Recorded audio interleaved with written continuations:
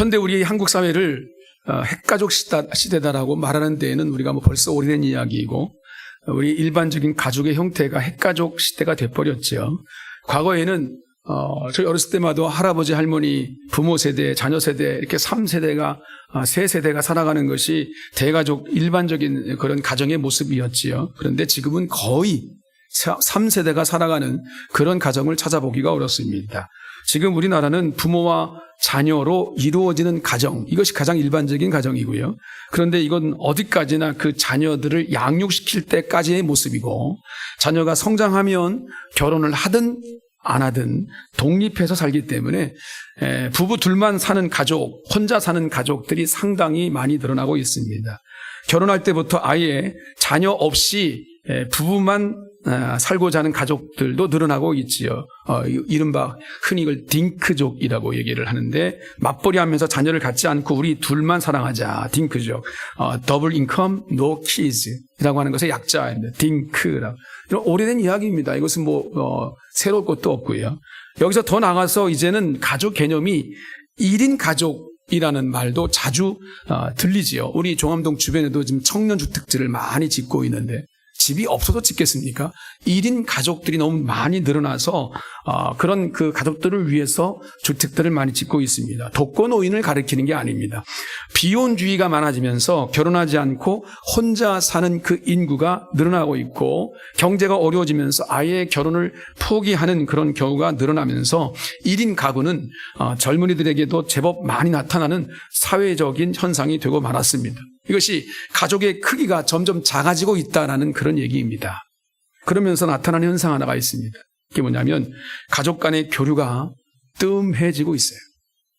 그동안 전통적인 가족 개념 안에서는 서로 즐거운 일이 있으면 축하해주고 또 즐거워해주고 함께 그 사랑을 나누는 그런 가족의 훈훈함이 있었잖아요. 고민이 있습니까? 어려운 문제가 있었습니까? 그러면 다 털어놓고 혼자 감당하지 않으려고 했어요. 그리고 문제들을 함께 해결하려고 했던 모습들이 대가족 가운데 있었거든요. 근데 하지만 이제는 우리 개인의 가정인의 우리의 문제들이 있을 때, 고민이 있을 때 더 이상 가족과 상의하는 경우들이 많지 않다는 겁니다. 설령 상의하더라도 어차피 문제 해결은 그 문제를 가지고 있는 당사자의 몫이기 때문에 그런 경향이 나타나기도 하지만, 과거와는 달리 문제 해결에 가족의 이 관여가 가능하지 않은 그런 까닭이 있다는 거죠. 현대 사회를 산업사회라고 얘기합니다만, 이 산업사회의 특징이 뭡니까? 개인화입니다. 개인주의. 잘게 쪼개지다 보니까 관계도 그렇게 개인주의화 되어지는 거죠. 체면치레의 관계 형성들은 점점 늘어나는 것 같은데, 정말 마음을 나누는 그런 관계 형성은 점점 어려워지고 있다는 겁니다. 가족 간에도 무언가를 함께 고민하고 함께 해결하는 것이 부담이 되는 그런 시대가 돼버리고 말았어요. 그러다 보니까 개인의 고민이나 문제는 이제 오로지 개인의 몫으로 남겨지는 것이 지금 우리가 살고 있는 이 시대의 상황이 아닐까. 물론 다 그렇다는 건 아닙니다. 여러분 가운데 그렇지 않은 분도 많이 계실 거예요. 시대적인 상황이 그렇다는 겁니다. 그게 바람직하냐 그렇지 않느냐를 떠나서 그런 상황이 지금 되고 있다는 얘기입니다. 결국 가족 안에서도 우리가 각자 도생, 이런 말들이 지금 현실화되고 있는 것입니다. 그러다 보니까 가족끼리도 심도 있는 그런 이야기를 자주 하지 못합니다. 손 나누지를 못해요. 그게 우리의 가족이에요. 이런 모습이 개인주의화를 점점 더 가속화시키고 있는 것도 현실이고요. 이게 과연 우리가 생각하는 행복일까요? 우리 가족을 주신 하나님의 뜻일까요? 한번 생각해 보는 겁니다. 그러면 한번 우리는 초점을, 그럼 교회 다니는 예수 믿는 사람들은 어떨까? 한번 방향을 돌려보겠습니다. 예수 믿는다는 사람들도 다르지 않습니다. 이런 시대의 흐름을 비껴나가지 못하고 있는 것 같습니다. 우리는 모두 다 각자 신앙생활하기 바빠요. 그래서 내 삶 속에 내가 믿음 하나 지키는 것도 힘들어. 신앙생활하기가 너무너무 힘들어요. 그래서 가족의 믿음에 대해서, 아직 믿지 않는 가족에 대해서 관심조차 가지지 못할 때가 많아요. 관심은 있지만 그 관심을 표현하기가 어려워요. 그래서 잘 믿지 않는 사람들, 잘 믿는 사람들, 예수를 잘 믿는다고 하는, 교회 열심히 다닌다는 사람들 주변에 그의 부모나 그의 형제나 그의 자녀들, 그걸 보면 믿음이 없는 경우들을 자주 본다는 것입니다. 신앙에 대해서 가족과 관여할 수 없는 부분, 그래도 개개 인격이 있는 건데 내가 어떻게 종교를 강요할 수 있어, 신앙을 강요할 수 있어, 이런 어떤 인식들이 더해지면서 이런 모습들은 더 심화되고 있는 것 같습니다. 그러니까 점점 전도라는 것이 뭐 길거리 나가지고 예수 믿으세요, 이런 전도가 점점 힘들어지고 있는, 이제 조금 있으면 그런 전도도 못하게 된 상황이 올 거거든요, 우리나라에. 그러면 우리 가족 간에 하나님의 사랑을 나누고 복음을 나눌 수 있어야 되는데 그것도 힘들어지는 그런 시대가 돼버렸다는 것. 나만 예수 믿고 나만 교회 다닌다, 이런 맥락으로 우리 가족의 신앙의 구성원들이 흘러가고 있다는 것이죠. 여러분, 성경을 보십시다. 성경에 보면 하나님께서 인간을 창조하셨을 때 가족의 형태로 만들어 주셨어요. 그죠? 그래서 하나님께서 당신의 계시, 하나님의 뜻을 나타내실 때에도 가족이라는 틀을 활용하셨어요. 그만큼 가족이라는 의미는 인간이 살아가는 데 있어서 가장 본질적이다라고 말해도 과언이 아닙니다. 현대 시대가 우리가 살아가는 이 가정은 뿔뿔이 흩어지는 상황을 만들어 놓고 있지만, 이런 때 성도들은 가족에 대한 이 의미를 다시 한번 새길 수 있어야 됩니다. 과거와 같이 대가족 제도로 돌아가자, 이런 말을 하자는 게 아닙니다. 다만 성경에서 가족을 중요하게 이야기하기 때문에 이 성도들은 가족에 대해서, 가정에 대해서 세상과는 좀 다른 시선과 관심을 가지고 있어야 된다라는 말씀을 드리는 거죠. 그래서 오늘은 5월은 가정의 달에 오늘 마지막 주이죠. 마지막 주에 동시에 오늘은 이후 초청 주일로 우리가 드리는 예배인데, 무슨 말씀을 함께 나눌까 그러다가 오늘 설교의 제목을 가족을 위해서 무엇을 하십니까? 라고 하는 것으로 잡았어요. 주제는 하나입니다. 내가 내 가정을 위해서 난 뭘 하고 있는가? 라는 것들을 생각하는 동시에 그 부분을 세 부분으로 나눠서 함께 말씀을 나눠보도록 하겠습니다. 내가 가족을 위해서 할 일 세 가지. 첫 번째는 가족을 위해서 전도, 복음을 전하고 있는가? 라는 것입니다. 오늘 본문은 예수를 믿고 좀 성경을 읽어봤다는 사람들은 다 아는 얘기죠. 이 사도행 16장을 우리는 다 알고 있습니다. 주 예수를 믿으라. 그리하면 너와 내 가족이, 집이 구원을 받으리라. 이 말씀은 바울과 실라가 빌립보라고 하는 지역에서 전도를 하다가 귀신 들려가지고 점을 보는 이 여종에게 귀신이 들려있는 것을 알고 그 귀신을 예수 이름으로 쫓아버렸습니다.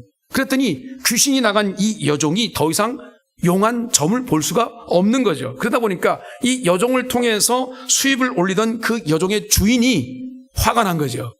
내 수입을 빼앗아가 버린 거 아니겠어요? 그래서 이 바울과 실라, 그들에게는 이방인들이죠. 이 바울과 실라 이방인들을 이상한 풍속을 이 민족에게 전한다라는 이유로 관아에다 고소를 해버린 거예요. 근데 여러분, 뇌물을 썼는지 어떤지 모르겠지만 재판도 하지 않았어요. 바울과 실라는 그냥 끌려갔어요. 끌려가서 죽도록 매를 맞고 착고에 채인 채 감옥에 갇혔습니다. 그런데 이 사람들은 오직 주님만 바라보는 사람들이기 때문에 그 어두운 가운데 억울한 감옥살이를 하고 있지만, 감옥에서도 끊임없이 주님 바라보며 찬양과 경배를 하고 있단 말이죠. 찬송하는 것을 모든 감옥에 있는 죄수들도 간수들도 다 들었습니다. 그때 놀라운 역사가 일어났지요. 지진이 일어났습니다. 그래서 이 죄수를 갇혀져 있는 이 옥문이 열려지게 되고, 또 죄수들이 매여 있었던 착고가 다 풀어지게 될. 그때 이제 간수가 바라보니 죄수들이 다 도망간 것 같거든요. 이 옥문이 열렸으니, 지진이 난 상태로 옥문이 열렸으니 도저히 내가 이 간수가 자기 역할을 감당하지 못했다는 것 때문에 난 어차피 죽은 목숨이다. 그래서 스스로 칼로 목숨을 끊으려고 하는 거예요. 그랬더니 이 바울이 얘기합니다. 우리 여기다 있다. 우리 한 사람 도망가지 않았다. 몸을 상하게 하지 말라. 이 이야기를 이 간수에게 한 거죠. 간수가 두려워졌습니다. 일어난 모든 일들을 바라보니 이거는 인간이 만들어낸 일도 아니고 그렇다고 자연적으로 일어난 일도 아니다라는 생각이 느껴지는 거예요. 이 간수가 순간 이 바울과 실라가 전하는 그 하나님, 그들이 찬송하고 있는, 예배하고 있는 그 하나님은 누구인가라는 것들 때문에 두려워졌어요. 이 간수가 이렇게 얘기합니다. 선생들이요, 내가 무엇을 하여야 구원을 얻으리까? 고백합니다. 이 간수의 질문은 아주 중요합니다. 이 사람은 자신에게 구원이 필요하다는 것을 직감적으로 안 거예요. 그래서 어떻게 해야 구원을 얻겠는가라는 것을 묻고 있는 거죠.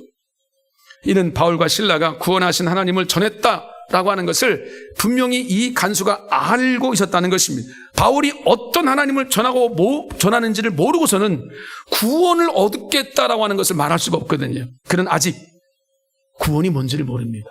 내가 구원을 받아야 되는지도 모르고 있습니다. 그러나 이 상황이 되고 보니까 바울과 실라가 전하는 이 구원이라는 것을 받지 않으면 안 되겠구나 라는 것을 절박하게 느끼게 됐던 거죠. 그래서 선생님, 내가 어떻게 해야 구원을 얻을 수 있겠습니까? 라고 물은 겁니다.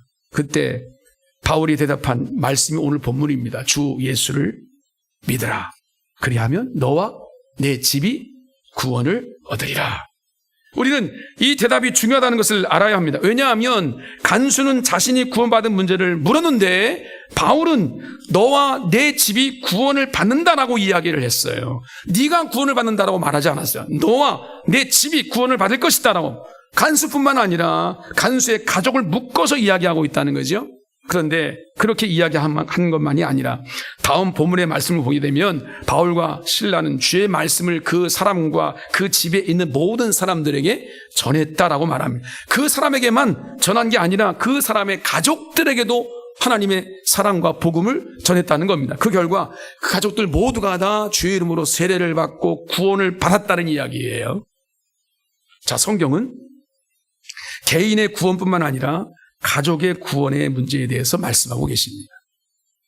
구원은 철저하게 나 자신 개인의 문제입니다. 내가 예수를 믿어야 구원받는 거지. 내가 예수를 믿는데 내가 믿는다고 내 자녀가 저절로 구원받는 게 아닙니다. 여러분, 내 아내가 교회를 다니고 열심히 한다고 해가지고 믿지 않는 내가 구원받는 게 아닙니다. 그거는 있을 수 없어요. 철저하게 개인 자신의 문제입니다. 그런데 성경은 가족 구원도 말씀하고 있기 때문에 가족 구원에 대해서 정리하면 개인의 믿음이 가족에게 적용이 된다라는 그런 의미를 우리가 생각하게 해주는 있는 거예요. 개인의 믿음이 가족에게 전해지는 의미를 말씀하고 있는 겁니다. 내가 예수를 믿으면 신실한 주의 구원을 받는 하나님의 자녀가 되면 우리가 믿지 않는 우리 가족들에게도 그 구원이 전파된다라는 겁니다. 그래서 가족들도 각 개인이 믿음으로 구원을 받는 그 은혜가 그 가정 가운데 임하게 된다. 다만 너와 내 집이 구원을 받는다라고 말하는 이유는 자신만이 아니라 가족도 반드시 구원받아야 된다라고 하는 하나님의 뜻이 이 말씀 속에 전해지고 있는 거죠. 오늘 본문에 자세히 나오고 있지는 않습니다만 이 간수는 바울의 이 말을 듣고는 자기 가족 모두를 불러들인 거예요. 그리고 바울 앞에 서게 한 거예요. 그리고 바울의 그 전한 말씀을 듣게 한 거죠. 그 말씀을 들었을 때 이 간수의 가족들 전부 다가 예수를 믿게 된 거죠. 그야말로 가족 전체가 너와 내 집이 구원을 받는 놀라운 역사가 일어난 줄로 믿습니다. 여러분의 가정도 여러분뿐만 아니라 여러분 가정 전체가 다 하나님의 구원이 임하게 될 줄로 믿습니다. 똑같은 모습이 사도행전 10장에도 나오지 않습니까? 고넬료라고 하는 이방인에게도 나타나고 있습니다. 고넬료 역시 베드로라고 하는 이 사도를 통해서 하나님 말씀을 들을 때 자신뿐 가족뿐만 아니라 친구와 친지까지 다 자신의 집으로 초대했어요. 그래서 베드로의 설교를 듣게 했어요. 그리고 그 자리에서 하나님의 역사 나타납니다. 오순절 같은 성령의 역사하심이 나타나서 그 베드로가 또 그 안에 베드로의 말씀을 들었던 모든 자들이 하나님의 은혜 안에 있게 된 이방인들도 구원을 받게 된 놀라운 역사가 임하게 되고 이 사건을 통해서 베드로는 고넬료 같은 그 가정 같은 이방인들도 하나님의 구원을 받을 수 있구나라는 것을 확증을 얻게 되지요. 여러분, 고넬료는 자신만 구원받는 것이 아니라 가족도 모두 함께 하나님의 말씀을 듣게 되기를 원했습니다. 그래서 그 가족들에게 전도를 한 거예요. 다 와봐라. 하나님 말씀을 들어보자라는 거예요. 여러분, 이 부분이 정말 중요합니다. 하나님의 뜻은 자신만 잘 믿고 구원받는 게 아니다라는 거. 너와 내 집이라고 그랬어요. 너와 내 집. 이것을 하나님이 분명히 언급하셨습니다. 내가 구원받았다고 한다면, 하나님의 자녀가 되었다고 한다면 내 가족들도 구원받기를 하나님이 원하신다라는 것입니다. 이게 바로 하나님의 뜻입니다. 따라서 오늘 우리는 무엇보다도 내 가족이 구원받도록 전도해야 될 줄로 믿습니다. 할렐루야. 사실은 제가 이 새생명 축제를 준비하고 기도하면서 철저히 하나님의 은혜를 간구했습니다. 내가 무슨 능력이 있고 우리 교인들이 전도에 은사가 있어서 많은 사람들을 교회로 끌고 오는 이것을 생각한 게 아니라 하나님의 뜻 가운데 우리를 불쌍히 여기셔서 이 교회 공동체를 통해 하나님의 은혜가 흘러가게 해 주시옵소서. 그렇게 기도했을 때 어떤 사건이 있었냐면 지지난주에 제가 한번 광고를 드린 적이 있었는데 우리 서울지방의 목회자 가운데 한 분이 제 나이보다 연배가 2살이나 어린 그 목사님, 여자 목사님께서 당뇨 합병증으로 돌아가셨어요. 그 목사님께 여러분 한번 들으신 적이 있는데 이 목사님께서 저를 만날 때마다 그 오라버니가 종암 이동에 사시거든요. 저에게 늘 목사님, 우리 오라버니 구원받아야 됩니다. 그럼 본인이 얼마나 저희가 이렇게 부탁까지 할 정도면 얼마나 오라버니에게 복음을 전했겠냐고요. 예수 믿으라고. 오라버니 예수 믿어야 된다고. 그러면 저를 만나면 끊임없이 우리 종암동 일대 성결교회 우리 교회니까. 그러니까 우리 교회 안에서 끊임없이 저에게 부탁하는 거죠. 근데 본인이 돌아가셨어요. 장례식에 그분을 만났죠. 만났어요. 오라버니 만나서. 종암성결교회 김 목사입니다. 한번 본 적이 있거든요. 그러니까 아시더라고요. 한번 찾아뵙겠습니다. 네, 한번 찾아뵈서 고추방학간 하시는데 가서 한번 인사를 드리고 복음을 전했어요. 본인이 이제 아시는 거예요. 하나님이 나를 부르시고 계신, 내 동생을 통해서 나를 부르시고 계시다. 이번에 우리 교회에 참 공교롭게도 최대면 잔치가 있습니다. 꼭 오십시오. 꼭 가겠다고. 근데 어저께 무슨 집안에 대사가 있대요. 대사가 있어서 지방에 나가셔요. 거기서 일찍 오면 꼭 오시겠다고 그래요. 보니까 안 오신 것 같아요. 근데 예수를 꼭 믿겠다고 저한테 확답을 했고, 그러면 다음 주라도 분명히 오실 겁니다. 할렐루야. 여러분, 오늘 이 자리에 오신 여러분도 마찬가지. 여러분이 아마 이 자리에 오시기까지는 가족의 권유가 분명히 있었을 거예요. 그죠?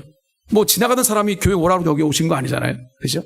가족의 권유로 오셨어요. 근데 오늘 이곳에 오신 분들, 하나님의 구원이 오늘 이 간수의 가정처럼, 고넬료의 가정처럼 여러분에게도 임할 줄로 믿습니다. 하나님께 여러분을 사랑하십니다. 하나님 여러분을 너무도 사랑하십니다. 그 사랑을 마음속에 담으십시오. 현대인의 생활이 가족의 삶이나 문제를 들여다보기가 어려울 정도로 바쁘고 개인화되어져 있습니다. 그래도 오늘 우리가 예수를 믿고 구원받았다고 한다면 우리 가족도 함께 구원받게 해야 된다라고 하는 이 사명이 우리 앞에 주어져 있습니다. 그래서 성경에는 때를 얻든지 못 얻든지 가족들에게 전도하라라고 말씀하고 있는 거죠. 구원받지 못한 가족이 있는데 안타까움이 없어요? 말도 안 되는 일입니다. 그건 구원받지 못한 사람이나 그런 거지. 구원받은 사람은 내가 받은 이 구원이 내 가장 사랑하는 우리 가족들에게도 전해지기를 원하는 건 너무 당연한 거 아니겠어요? 그 사랑하는 가족이 예수를 믿고 죄 씻음 받기를 원하고 하나님의 자녀가 되기를 원합니다. 이것이 오늘 우리의 기도가 되고 오늘 우리의 삶의 중심이 되야 될 줄로 믿습니다. 우리 가장 중요한 우리의 사명은 가족 전도이다. 다시 한번 우리 마음에 새길 수 있기를 주의 이름으로 축복합니다. 두 번째, 우리가 해야 할 일은 가족을 위해서 기도하고 있는가? 성경을 보면 족장들이 자녀를 축복하는 이야기가 나오는데 창세기 27장에 나오고 있는 야곱과 에서의 사건, 경쟁하는 이야기, 한번 교회를 안 다니신 분도 한번 들어보셨을 거예요. 축복권에 관한 이야기인데 이것은 여러분 다툼, 경쟁의 관점으로 볼 것이 아니라 부모가 자녀를 위해서 기도한다라고 하는 관점에서 볼 때 굉장히 중요한 부분입니다. 그 기도는, 부모의 축복의 기도는 자녀에게 반드시 이루어진다라는 것을 성경을 통해서 보여주고 있는 거예요.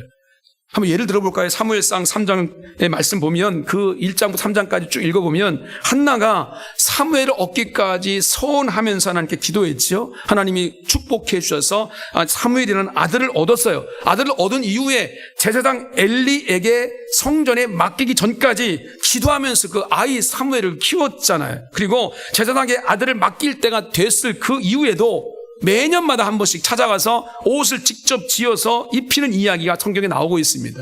이 어머니 한나가 옷을 만들기만 했을까요? 사무엘을 위해서 옷을 지으면서 날마다 눈물로 기도했을 것 같습니다.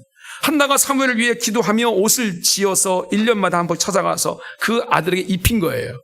그런 한나의 기도가 있었기 때문에 우리가 알고 있는 사무엘은 이스라엘 역사 가운데 가장 변혁의 시기에 위대한 사사로, 위대한 제사장으로, 또 이스라엘 지도자로 서게 될 수 있었던 것입니다. 바울은 디모데, 사랑하는 제자, 아들같이 여겼던 제자 디모데를 생각할 때마다 그의 외할머니 로이스와 그의 어머니 유니게를 생각했다라고 디모데후서 1장 5절에 말씀합니다. 이는 그의 외할머니 로이스와 그 어머니 유니게가 디모데를 위해서 얼마나 기도하고 응원했는지를 알기 때문에 하는 얘기입니다. 중요한 것은 가족을 위해서 기도하면 그 기도하는 그대로 하나님께서 응답해 주신다는 겁니다. 저는 압니다. 우리 주암성월교회 가운데 기도하시는 많은 분들이 우리 자녀를 위해서 기도하는 거, 눈물로 기도하는 그 기도, 하나님 우리 자녀들이 우리 후손들이 하나님의 자녀로 하나님의 백성으로 온전한 믿음으로 하나님 나라를 바라보며 살기를 원합니다라고 하는 그 기도가 지금은 이루어지지 않는 것처럼 보이죠. 막막한 것처럼 보이지만 반드시 그 기도는 응답될 줄로 믿습니다. 그렇다면 오늘 우리들이 얼만큼 기도가 이루어지고 있는가? 자녀를 위한 기도를 이야기할 때 빠지지 않고 나오는 한 사람이 있습니다. 그것은 성 어거스틴의 어머니 모니카라는 어머니의 이야기입니다. 어거스틴 하면 예수 안 믿는 사람도 다 알고 있는 성자 아니겠습니까? 성 어거스틴이 참회록을 썼는데 그 참회록에 보면 그가 회심하게 된 이유는 어머니 모니카의 기도 덕분이었다라고 말합니다. 어거스틴이 33살 때 회심을 했어요. 교회 안에 하나님을 안다고 사는 사람이었지만 그러나 그는 화랑방탕했습니다. 그러다 33살에 회심을 하고 다시 돌아오게 된 거예요. 그 뒤에는 어머니 모니카 33년 동안 기도했던 어머니의 기도가 있었다. 물론 어거스틴 회심한 이후에 기독교 역사의 중요한 일을 감당할 때도 역시 마찬가지로 어머니는 기도했을 겁니다. 오늘날 개신교 하면 떠오르는 인물들이 많죠. 종교개혁자 마틴 루터와 존 칼빈 같은 사람들의 이야기 많이 있습니다만 사실 그들보다 한참 오래전에 이 어거스틴이 기독교 역사의 신앙의 기초를 놓았던 사람이 어거스틴입니다. 그렇습니다. 우리가 지금 오늘과 읽은 이 사도행전의 주 내용이 사도 바울이지만 사도 바울 또한 어거스틴 또한 마틴 루터나 존 칼빈 이런 사람들을 통해서 우리 기독교 신앙이 여기까지 전수해져 왔는데 그렇게 훌륭한 일을 하는 그 사람들 그 뒤에 말없이 눈물로 기도했던 사람들의 기도가 있었다. 어거스틴은 33년 동안 방탕했습니다. 이단에 빠져버리도 했습니다. 말이 아닌 삶을 살았어요. 그런 어거스틴을 위해서 33년 동안 기도했던 어머니의 기도가 있었다는, 하나님은 그 기도를 외면하지 않으셨습니다. 그 기도를 응답하셔서 기독교 역사 가운데 위대한 성자로 어거스틴을 사용했습니다. 여러분 33년 동안 기도할 수 있겠습니까? 포기할 만하지 않습니까? 그렇다면 여러분들 한번 생각해 보세요. 여러분들의 자녀가 지금 교회를 나오지 않아요? 신앙생활하지 않아요? 그러면 그 기도가, 눈물의 기도가 얼만큼 지금 이어져 가고 있나요? 내 남편이, 내 아내가, 우리 부모가 아직 신앙 안에, 믿음 안에 서지 못하고 천국 백성 된 확신이 없는데 하나님 그 영혼들을 위해서 몇 년이나 기도하셨나요? 근데 여러분, 어거스틴의 어머니 모니카는 아들만 위해 기도한 게 아니에요. 그 남편을 위해서 기도했는데 16년 동안이나 기도했다라고 자료에 나와 있어요. 그러니까 마지막 임종하기 전에, 며칠 전에 이 자기 남편이 그 완고했던 마음이 깨지고 예수를 믿고 임종했. 16년 동안 기도한 것이 응답되어진 겁니다. 여러분, 가족을 위한 기도, 이 모니카처럼 아들을 위한 34년의 기도, 남편을 위한 16년의 기도, 이것이 그리스도의 사명이죠. 가족의 구원을 위해서 전도해야 된다고 말씀드렸습니다. 그 전도는 우리가 아는 것처럼 절대 강요가 되어져는 안 됩니다. 우리가 자녀라고 내 마음대로 할 수가 없지요. 야, 교회 나와야 돼. 안 돼. 너 세상으로 나가면 안 돼. 여러분, 그 목덜미 끌고 교회 나올 수 없어요. 강요할 수 없습니다. 말 함부로 할 수 없습니다. 인격을 존중해야 되고, 우리가 할 수 있는 일, 최대한 할 수 있는 일이 뭡니까? 그 영혼이 잘 되기 위해서 눈물로 기도하는 것밖에 할 수 있는 일이 없어요. 그것이 우리 모두의 그 구원과 하나님의 뜻에 합당한 자가 되게 할 수 있는 것도 여러분 오직 우리가 기도로 이루어지는 일이에요. 여러분, 오늘 이 시간 이 교회로 발걸음을 옮긴 것도 바로 그 이유입니다. 누군가가 여러분들을 위해서 눈물로 기도했던 그 기도가 응답된 것입니다. 그러나 여러분, 우리 조급한 우리들은, 그리고 나의 문제만 매몰되어져 있는 현대인들의 모습은 긴 호흡을 가지고 하나님을 바라보며 기도하기가 어려워요. 가족을 위해서 기도한다고 하지만 그저 몇 번씩, 1년에 몇 번씩, 또 일주일에 몇 번씩 기도할 수는 있겠습니다만, 그러나 그것이 단절되어져 버립니다. 안 돼. 하나님 응답하시지 않나 봐. 저 영혼은 어쩔 수 없나 봐. 이러면서 여러분, 우리가 포기할 때가 너무 많지 않습니까? 여러분, 우리의 삶의 현실은 이해할 수 있지만, 답답하긴 하지만, 지금 아무리 기도해도 응답될 것 같지 않지만, 그러나 하나님은 하나님의 때, 카이로스의 때를 우리 가운데 허락해 주실 줄로 믿습니다. 중요한 것은 지치지 않고 기도하는 것입니다. 그러니까 사랑하는 가족을 위해서 여러분, 아직 이 자리에 있지 않은 절박한 마음으로 기도하지만 아직도 그 영혼이 움직이지 않는 그 영혼을 바라볼 때 포기하지 마시고요. 눈물로 지치지 말고 기도하십시다. 그러면 그 사랑하는 가족이 언젠가 하나님의 때에 주님께로 돌아오게 될 줄로 믿습니다. 이런 은혜가 여러분 가정 가운데 있기를 주의 이름으로 축복합니다. 마지막 세 번째는 우리가 가족에게 과연 선한 그런 모습을 보이고 있는가. 사도 베드로가 베드로전서 3장 1절에 이렇게 얘기합니다. 아내들아, 이와 같이 자기 남편에게 순종하라. 아내들이요, 순종하시기 바랍니다. 여기 계신 분들, 이는 혹 말씀을 순종하지 않는 자라도 말로 말미암지 않고 그 아내의 행실로 말미암아 구원을 받게 하려 함이니, 이렇게 말씀했습니다. 뭐라고 말합니까? 말이 아니라는 거예요. 그의 행실로. 믿지 않는 남편이 있다 할지라도 예수 믿는 아내가 있을 때 그 아내의 의로운 행실을 보임으로 그를 구원받게 할 수 있다고 하는 얘기를 사도 베드로가 우리 가운데 전해주고 있는 겁니다. 여러분, 그렇습니다. 전도는 말로 하는 게 아닙니다. 예수 믿는 사람들에게 불려지는 트레이드 마크처럼 여겨지는 말이 있잖아요. 예수쟁이들 말 참 잘해. 그 말이 무슨 말일까요? 말만 잘한다는 얘기예요. 말은 잘하는데 행실이 없다는 거예요. 말은 잘하는데 그 말 뒤따라가는 감동이 없다는 거잖아요. 그때 대표가 목사 아니겠어요? 말은 참 잘하죠. 회개할 때가 많아요. 마찬가지입니다. 여러분, 우리가 아내의 행실로 말미암아 남편이 구원받을 수 있다고 하는 이 얘기는 가족을 위한 사랑과 희생, 그리고 그 가운데 드러나는 하나님의 의로운 모습이 가족으로 하여금 예수 믿을 수 있는 마음을 갖게 한다는 얘기입니다. 하나님 앞에 올바로 서고 싶은 마음을 갖게 한다는 거예요. 그게 바로 하나님의 은혜이지요.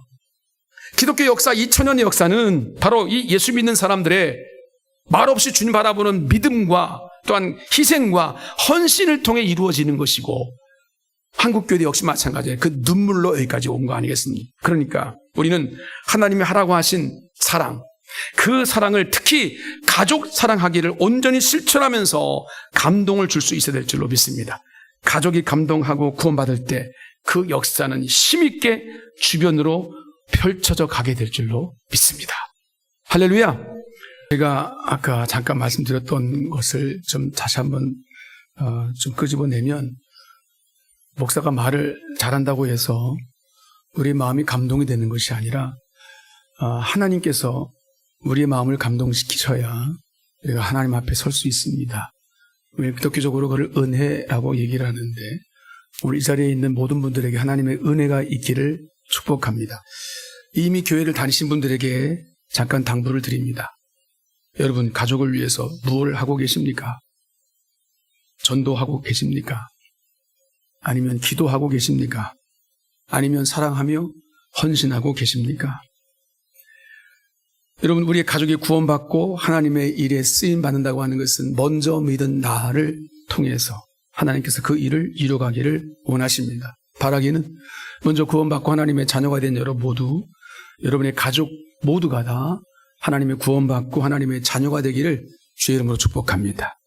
오늘 처음 나오신 분들, 아직 예수 그리스도 나의 구주와 주님이라고 영접되어지지 않은 분들에게 말씀드립니다. 오늘 초청되어 오신 모든, 혹시 오늘 교회 처음 오신 분들에게 말씀드립니다. 태초에 하나님께서 이 천지 만물을 창조하셨습니다. 성경은 처음 하나님께서 태초에 천지를 창조하셨다는 것부터 시작합니다.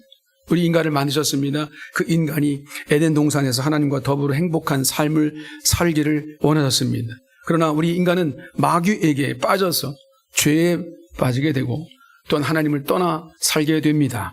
죄값은 사망이기 때문에 하나님을 떠난 우리 인간은 다 영원한 형벌인 지옥 가운데로 빠질 수밖에 없습니다. 그러나 우리 인간을 사랑하시는 하나님은 죄진 우리 인간을 위해서 그 죄를 사함받고 영원한 천국 백성으로 하나님과 함께 행복함을 누릴 수 있도록 하기 위해서 친히 당신께서 이 땅에 육신을 입고 오셨습니다.